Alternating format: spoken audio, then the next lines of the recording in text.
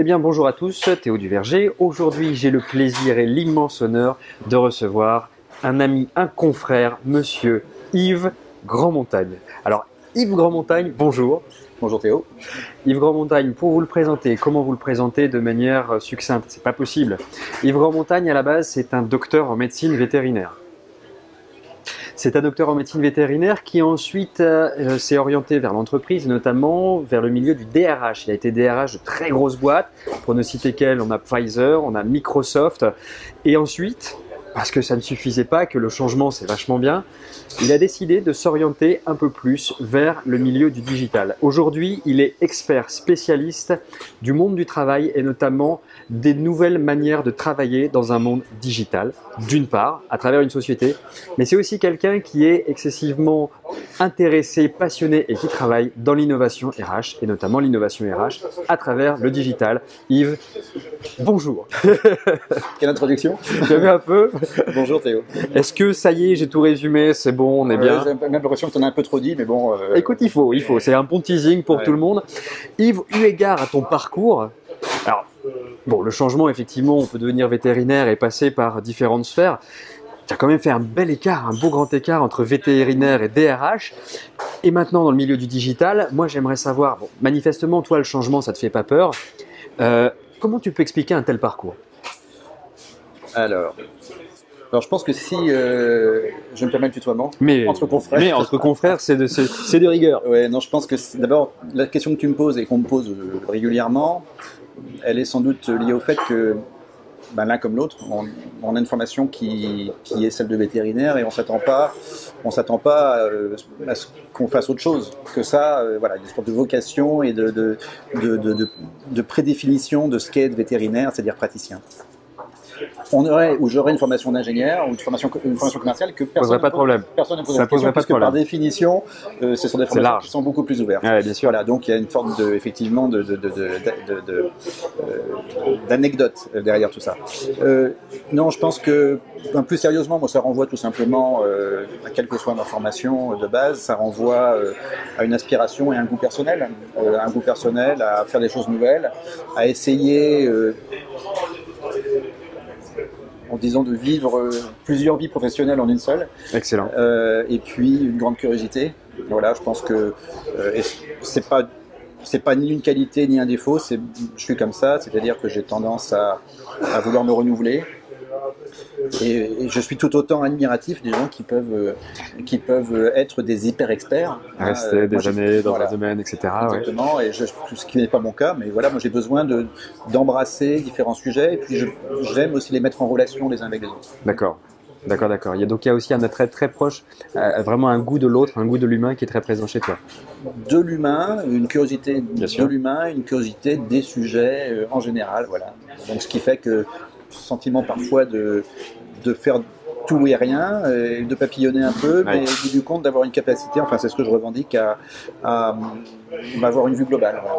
Alors moi je suis fasciné par une question, j'ai souvent des clients qui ont du mal à changer. J'ai souvent des clients, tu sais, qui restent dans ce qu'on appelle un confort, dans une sécurité. Alors, ils n'aiment plus leur métier, ils sont plus du tout dedans. Ils ont d'autres aspirations, des aspirations notamment de liberté, voire d'aller vers quelque chose qui les fait vibrer terriblement. Une curiosité, un attrait, une passion, ils n'avancent pas. Ils font pas le gap.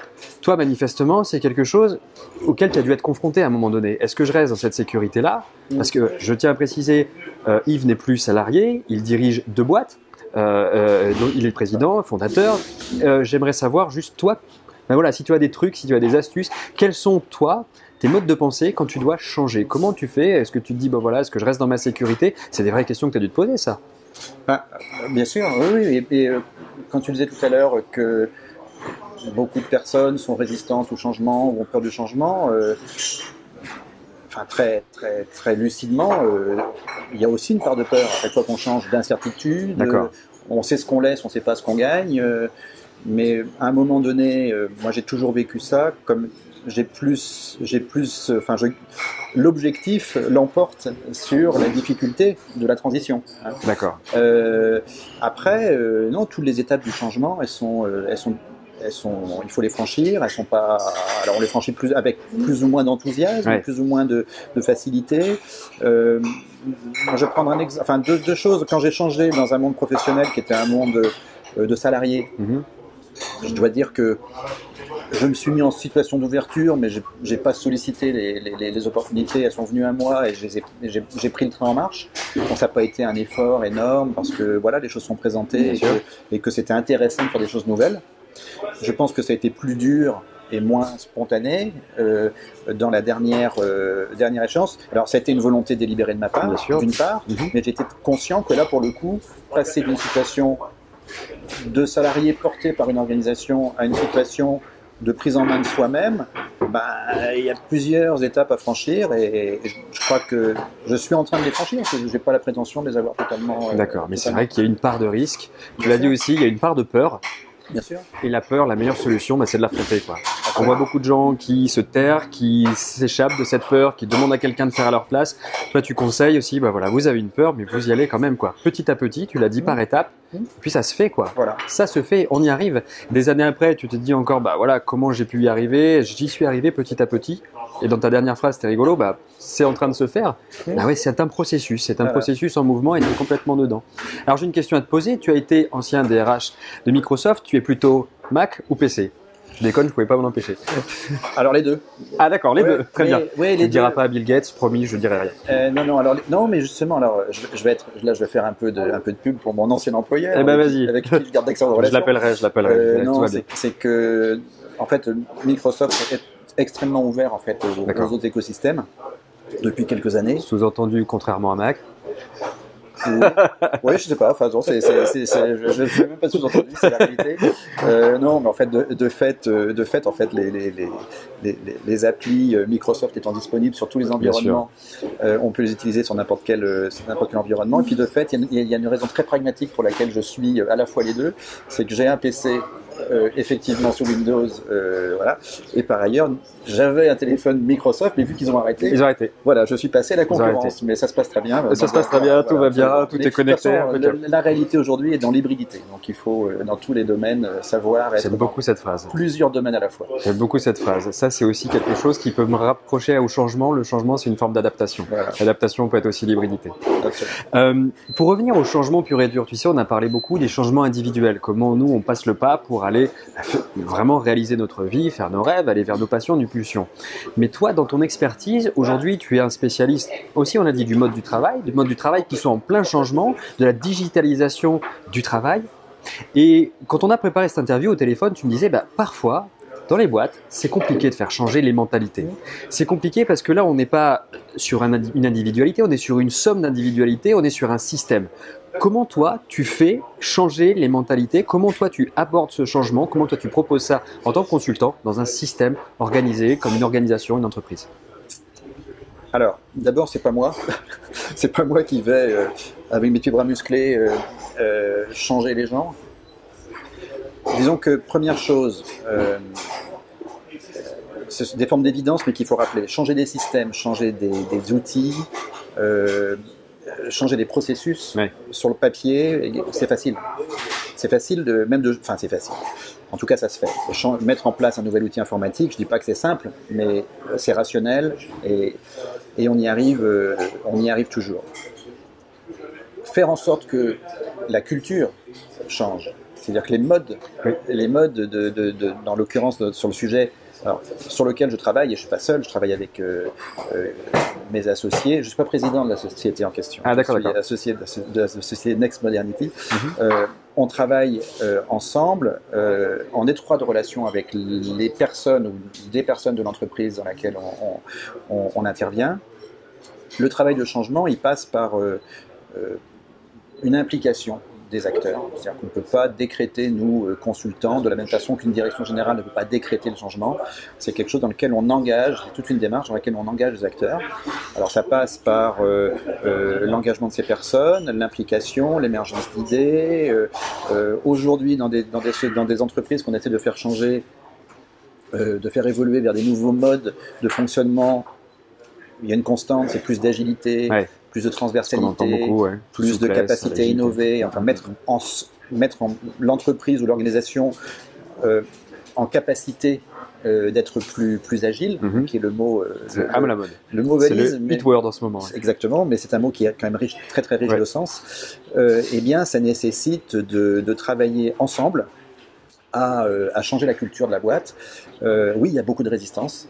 Il y a énormément de résistance, mais quand on embarque, quand on réussit à créer le dispositif, c'est-à-dire les conditions pour que cet embarquement s'opère, là, effectivement, ça fonctionne. Et enfin, moi, ma vue, mais c'est la vue aussi de la société que je représente pour cet accompagnement, c'est vraiment, on réussit une mission quand on a le sentiment que la greffe a pris et quand on part, ça fonctionne. On n'est pas là pour donner des idées et partir. On est là pour faire en sorte que la greffe prenne. D'accord. Alors, ça me fait rebondir sur quelque chose. Quand j'entends ton discours, je me dis... je rapproche ça du changement individuel, tu vois, encore une fois. Tu parles beaucoup de culture d'entreprise. Au niveau individuel, moi, ça m'a fait penser à deux choses. Changer une culture d'entreprise, ça pourrait représenter pour un individu à changer ses valeurs et ses croyances. C'est-à-dire à niveau d'organisation très profond. Mais ça sous-entend aussi, et ça c'est un écueil dans lequel beaucoup de gens, en tout cas beaucoup de mes clients vont tomber, c'est que le changement, il se fait pas en un claquement de doigts, quoi. Sauf si c'est un changement vraiment très superficiel. On va remplacer les PC par des Mac, entre guillemets, on va remplacer un logiciel par un autre.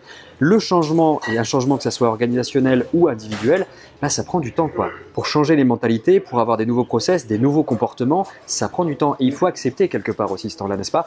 Alors, tu as absolument raison et tu touches un point, à mon avis, extrêmement important. Prenons l'exemple de la mise en place extrêmement classique, sujet sur lequel on travaille beaucoup, la mise en place d'outils collaboratifs.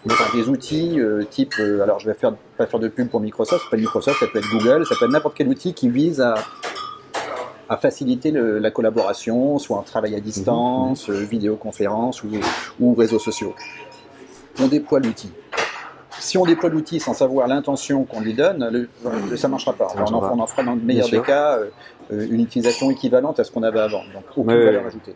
Si on réfléchit, et c'est ce qu'il faut faire, enfin du moins c'est ce qu'on conseille, à l'objectif, à ce que cet outil peut apporter au service de l'entreprise, donc on renverse la logique et on regarde finalement la réalité de l'entreprise, ses objectifs, sa culture, on va travailler sur les usages. Exact. Là aussi encore un mot très à la mode, c'est absolument clé, donc l'expérience collaborateur, les usages.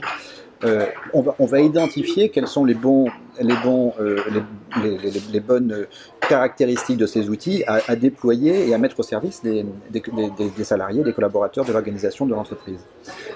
Ce travail-là, il va s'accompagner par de la formation, il va s'accompagner par un dispositif, je reprends le mot, un dispositif c'est un ensemble de mesures qui vont être par exemple de faire appel à des communautés d'utilisateurs, de faire appel à des ambassadeurs, de travailler évidemment sur la communication, d'avoir une proximité, de déployer toute une batterie de modes de formation extrêmement nombreux aujourd'hui, du synchrone, de l'asynchrone, du présentiel, de la distance, etc., etc., etc.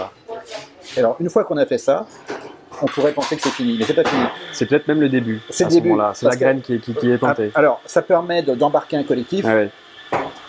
Mais là où ta question, moi, m'interpelle et me parle énormément, c'est qu'on se rend compte de plus en plus, et c'est une réalité un peu nouvelle dans les entreprises, c'est que ce que je viens de décrire, d'une façon ou d'une autre, je pense qu'il faut absolument le faire, accompagner, mais on se rend compte qu'à un moment donné, au bout du compte, la personne, l'individu dans le collectif est souvent un peu démuni.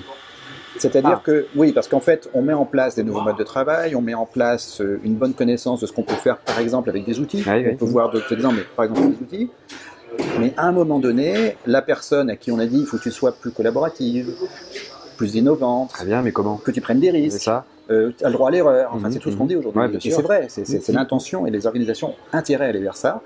Et bien, l'individu lui-même, tout seul devant son PC ou devant son travail, il est un peu en incapacité de le faire. Et donc là, ça renvoie finalement à quoi? Ça renvoie, à mon avis, et je ne suis pas le seul à le penser, ça renvoie à la nécessité de travailler un peu sur soi-même. C'est-à-dire, il y a des peurs, j'imagine. Des peurs. Il y a des peurs, il y a la zone de confort aussi qui reste, etc. Le changement, ça fait peur, quoi. Voilà. Le changement, ça fait peur. Voilà, donc travailler sur soi, mieux se connaître, pour justement mieux intervenir et mieux aller vers les autres, mieux oser faire des choses qu'on ne fait pas spontanément. En fait, ce qu'il faut réaliser, c'est que les changements d'organisation, les changements de mode de travail induit par les évolutions des entreprises dans le monde digital, parce que je reviens toujours à ce sujet-là, ça veut dire immanquablement de changer des habitudes dans lesquelles on est profondément concentré, profondément de façon inconsciente, et dans lesquelles on a été éduqué. Bien sûr. Les modes managériaux sont très pyramidaux. Bien sûr. On a été habitué d'une façon ou d'une autre. C'est pas péjoratif, c'est comme ça. C'était la réalité, ça marchait. À être dans un mode plutôt d'exécution extrêmement dominant que de prise d'initiative. Même si on a toujours défendu le fait qu'il fallait prendre des... Oui, dans la réalité, ça pouvait être différent. Dans la réalité, c'était quand même relativement secondaire. Voilà, donc on demande d'aller un peu à contre-courant de tout ça. Et ça, c'est super intéressant parce que là, tu es en train de dire que l'environnement nous amène à travailler sur notre self-leadership, finalement. L'environnement qui change nous amène à travailler sur nous. Et ça, on va y revenir dans une question un tout petit peu plus loin, mais il y a une question qui m'est venue aussi à un moment donné. Ton entreprise, Digilab RH, spécialisée donc dans tout ce qui est innovation RH et notamment au travers de la digitalisation de tout ce qui est RH.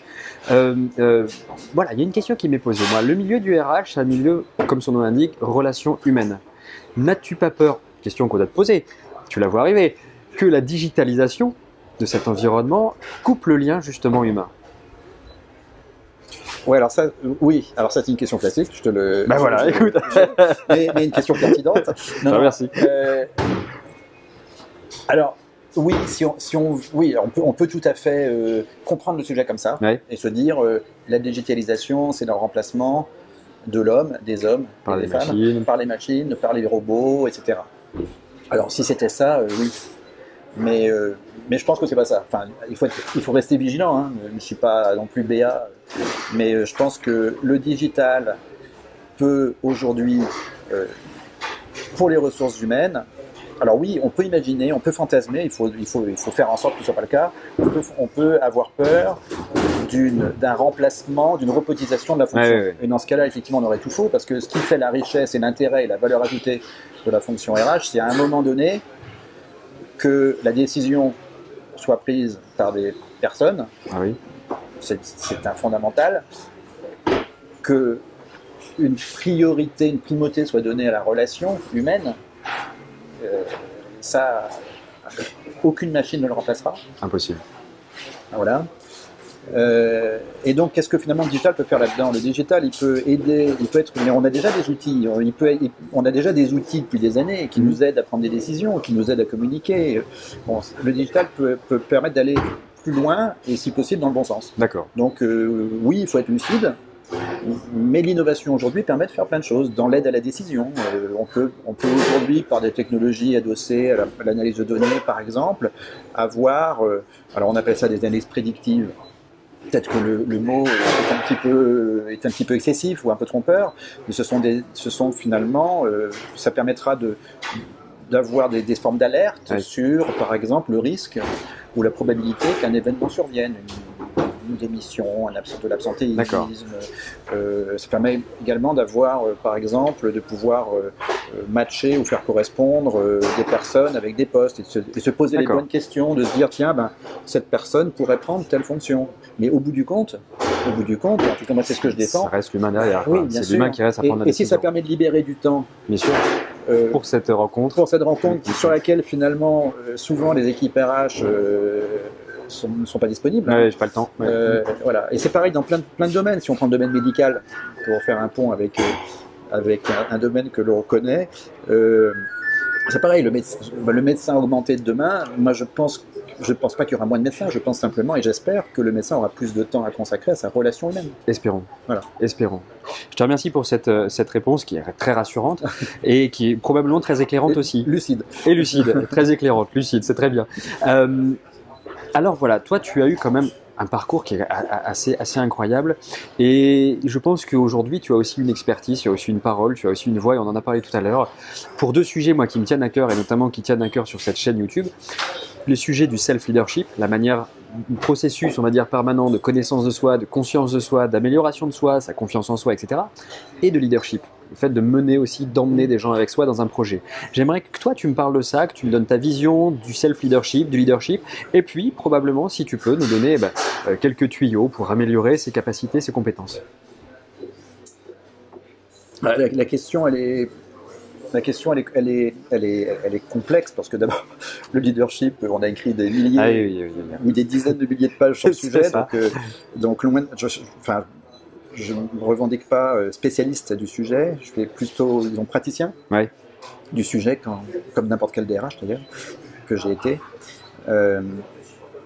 Bon, déjà, moi, le leadership, je rejoins une définition assez consensuelle sur le sujet qui est. Après, la question du leadership pose immédiatement la question derrière des managers. Oui, souvent. Voilà, donc. Avec des confusions parfois. Oui, alors je dirais que de façon un peu.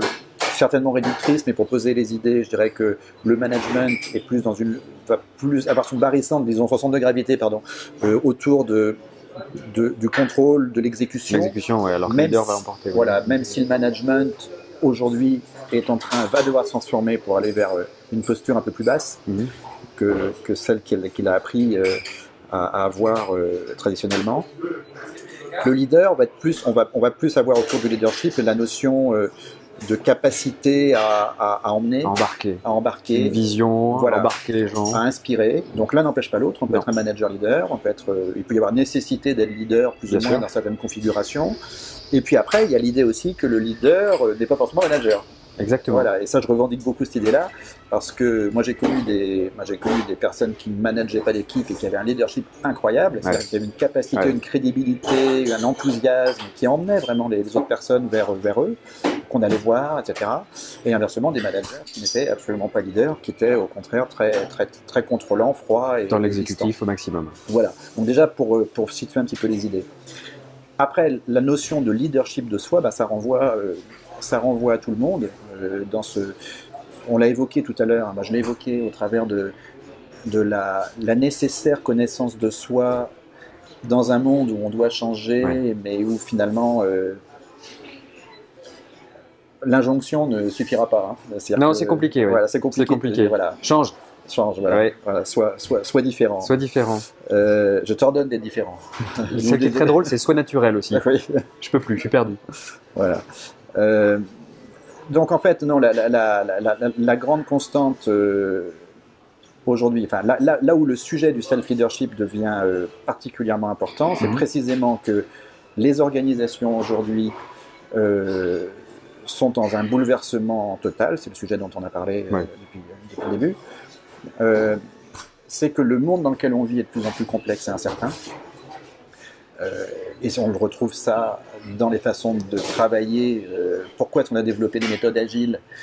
Justement pour ça. C'est justement parce que le monde, les outils, l'environnement, la concurrence, quel que soit le sujet qu'on prend, l'incertitude est permanente. Et je dirais même que ce changement a une vitesse d'accroissement exponentielle, j'ai l'impression en tout cas. Moi. Et donc du coup, l'enjeu derrière tout ça, il est de moins en moins dans les connaissances techniques, des connaissances qui sont extrêmement dans l'obsolescence, c'est très rapide. C'est-à-dire que on apprend à servir d'un outil que finalement un nouvel outil dépassé, exactement. Donc l'enjeu pour les personnes, mais pour les individus, quels qu'ils soient, n'est plus dans une connaissance ou dans une expertise définitive d'un sujet, elle est dans la capacité à s'adapter, cette souplesse, cette agilité, à prendre le risque d'aller vers quelque chose de nouveau. Et donc finalement, il y a un sujet qui on a quelqu'un qui plante un clou, je ne sais pas ce qu'il fait. On a un sujet qui est en train d'émerger et qui est totalement, à mon avis, corrélé à la notion de self-leadership. Et on va reprendre encore un terme anglo-saxon, c'est les soft skills. C'est-à-dire ce qu'on appelle les compétences comportementales, qui sont en fait la condition nécessaire pour que chaque individu, on va dire, se débrouille, trouve son chemin dans un monde de plus en plus incertain. Exactement.